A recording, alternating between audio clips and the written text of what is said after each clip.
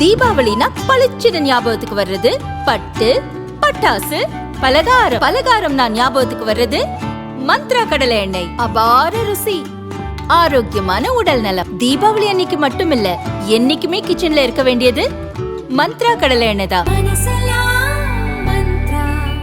இனி பிரத்யேக செய்திகள் உங்கள் விரல் நுனிகள். இந்தியாவின் சமூக ஊடக தளம் அரட்டையில் தினமலர் சேனலை பின்தொடருங்கள். பாமகவில் நிறுவனர் ராமதாஸ் அவரது மகன் அன்புமணி இடையே தலைவர் பதவி யாருக்கு என்பதில் அதிகார சண்டை நடக்கிறதா?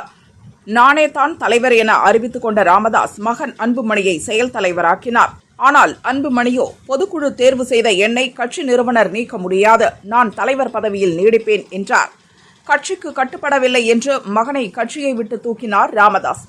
எனினும் அன்புமணி தமது ஆதரவாளர்களுடன் தனியாக செயல்பட்டு வருகிறார். அதன்பின் மூத்த மகள் காந்திமதியை கட்சியில் முன்னிலைப்படுத்தி வந்தார் ராமதாஸ். இச்சூழலில் தருமபுரியில் நடந்த பாமக பொதுக்குழு கூட்டத்தில் மகள் காந்திமதியை செயல் தலைவராக ராமதாஸ் அறிவித்துள்ளார். புதிய அறிவிப்பை செய்ய இருக்கின்ற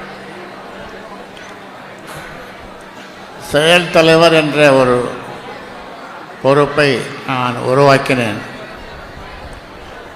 அதற்கு எனக்கு தகுதி இல்லை என்று ஒருவர் அது வேண்டாம் என்று சொல்லிவிட்டதனாலே அந்த செயல் தலைவர் பொறுப்பை என்னுடைய பெரிய மகள் ஸ்ரீகாந்தி அவர்களுக்கு அளித்து கட்சியையும் வளர்ப்பார், எனக்கும் பாதுகாப்பாக இருப்பார்.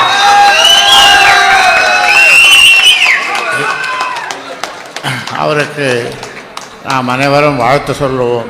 2026 தேர்தலில்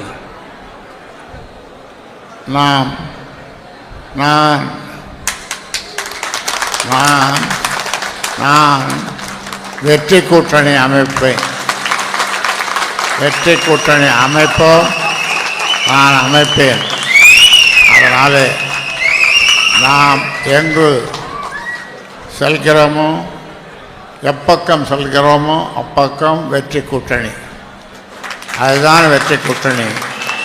அதனால் அதையும் உங்களுக்கு சூசகமாக சொல்லி இங்கே திரளாக வந்திருந்து 2 பேர் இந்த நியமனம் பெற்றார்.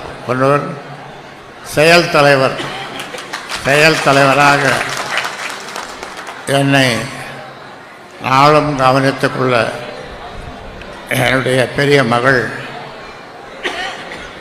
ஸ்ரீகாந்தியை நியமித்திருக்கிறேன்.